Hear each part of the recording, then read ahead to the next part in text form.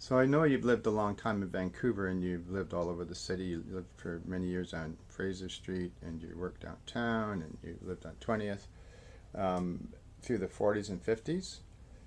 And you were mentioning that you do think about those days almost every day. You think about it. And I was wondering if you could go into a bit of detail on what life was like in Vancouver in the 40s and the 50s.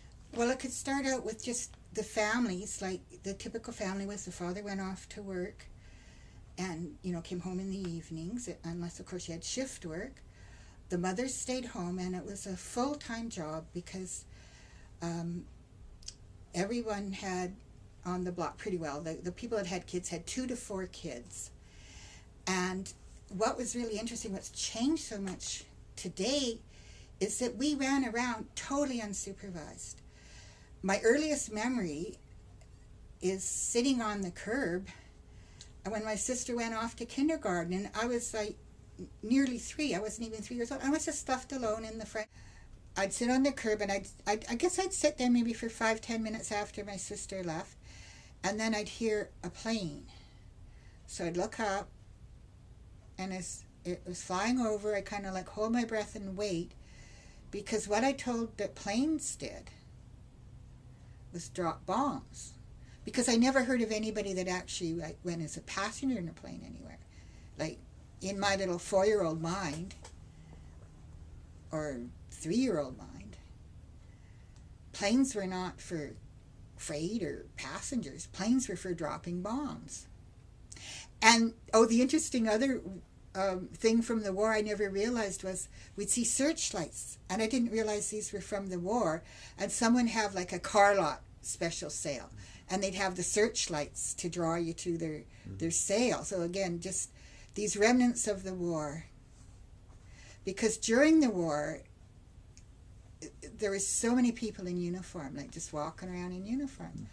And my dad went overseas when I was 6 months, so anybody in uniform, I'd run up and go, "Daddy, Daddy." If he looked like my dad in the picture that we looked at every day and pined for, of course, I had no idea who my dad was until he came back after the war.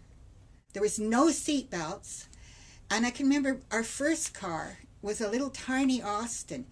And again, like the neighborhood kids are just playing out around the neighborhood, and I don't think we played much in the streets. We didn't play street hockey in our street at that time. But we played in each other's yards and usually in unfinished basements if the weather was bad. So when my mom had an errand to run, all the neighborhood kids would just pile in the car. And the funniest memory I had was, in this Austin, again, there was no automatic turn signals. So you had to stick your arm out the window usually. Except our Austin had this little, it was like a little wing, amber-colored wing that you'd put up. You could put that up. But the funniest thing was, okay, I think when there's 14 people in the car, because you just pile people on your laps and you just squished in, like you never turned anybody away. And so here we are heading up this hill, this very steep hill, and the car goes slower and slower, and then it stops. And my mom goes, "Uh-oh, don't tell Dad." We heard a lot of "don't tell Dad." And here we were almost to the top, but we had to back all the way down the hill. But my mom was so gentle. She was a wonderful person. Again, I think that was the time too. Like, it was no big deal. If somebody was there, they'd stay for dinner. It was just people were really friendly, and we just went in and out of never heard of a thing called play date. And I don't think our parents really knew where we were. My dad was always telling us the history of Vancouver as we drove around. So we were very familiar with Vancouver because, of course, my earliest memory of being in Vancouver is the 4 days and 3 nights spent on the train traveling across from Ontario to here.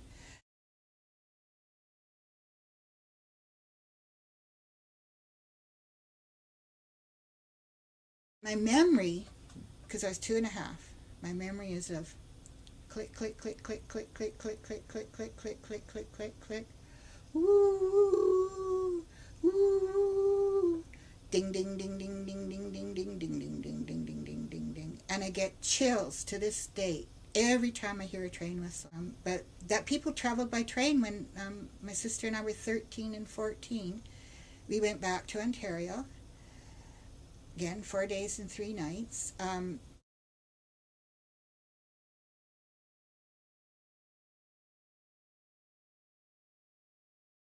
We didn't do a lot of traveling. We traveled by bus, Greyhound bus it was, or train. My sister and I also took the train down to Seattle on our own when we were in the 50s.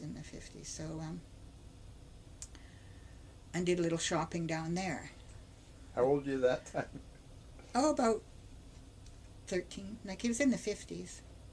So, 1957. Yeah, well, 1957 was when we went to Ontario, so I just remember about that time. I guess after the Depression and not knowing what on earth you do for work, all the people out of work riding the railways,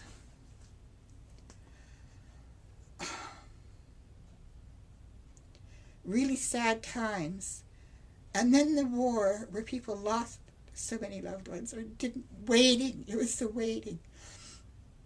And people talk about the soldiers, but it was so hard on the women back home.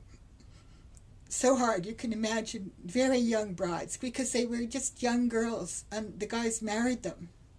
So they'd have a loved one writing letters every day letters. We've still got my grandfather's letters from the First World War. So there was just, this is how we communicated letters. What I was saying was, so with that hanging over, what we felt was happy and grateful.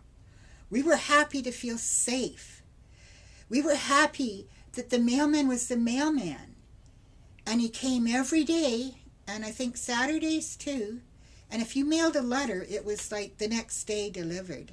You walked the most 2 blocks to a mailbox. I can remember like special delivery being 35 cents, less than 24-hour deliveries, like in one case to the Okanagan. You went to a post office, it was a brick building on the corner. A letter was 5 cents to mail in the 50s, 2 cents for a postcard, and we mailed tons of letters. We wrote thank you notes. You did invitations by mail. And it was a huge part of our life to go get the mail each day. Our doors had mail slots in the doors. So the mail went right through the door onto the floor there. We also got delivery of the newspaper.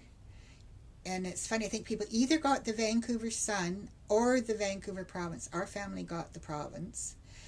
One thing that kept us entertained, because remember there was no TV, was the comic strips, which I think a few years ago I saw that they'd said this is the last newspaper comic strip. But we'd have to wait like a whole day to see what happened next out of four pictures and a few words, like Superman and, oh my God, that were like serials.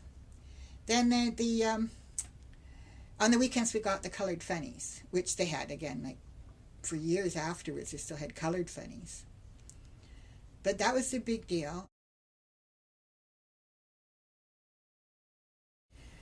Okay, I remember Woodward's.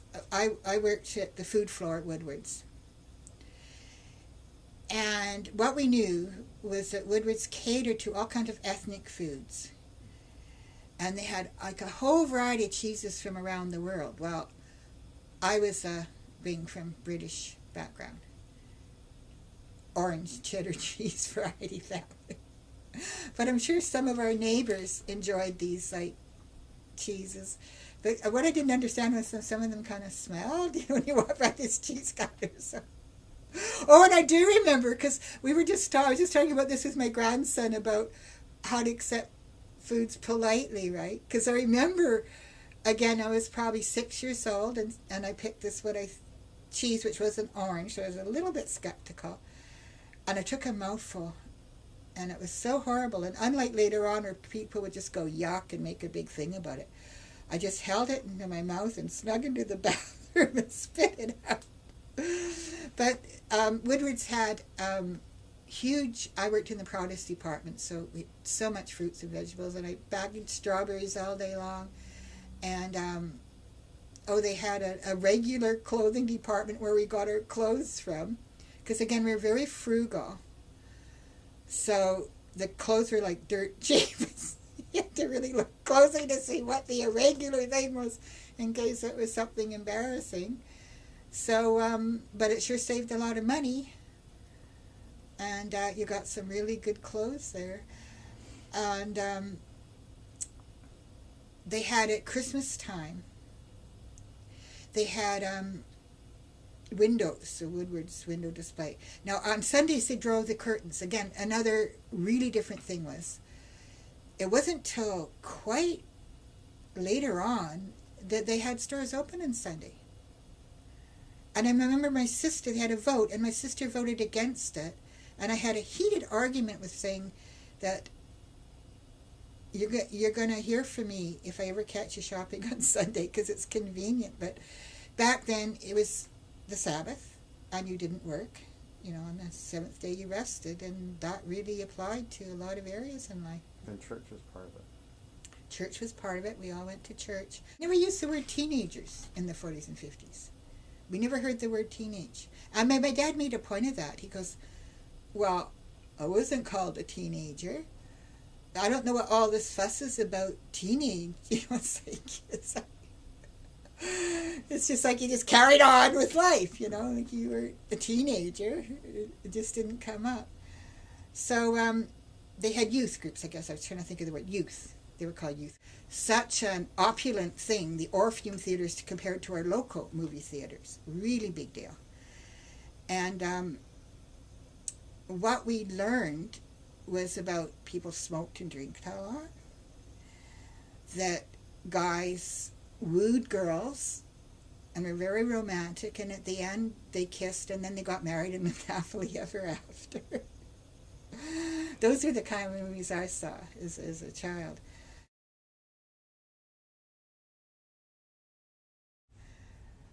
Seeing the women did all the cleaning, all the housework. I'm just telling this story is to give you an idea of the mindset.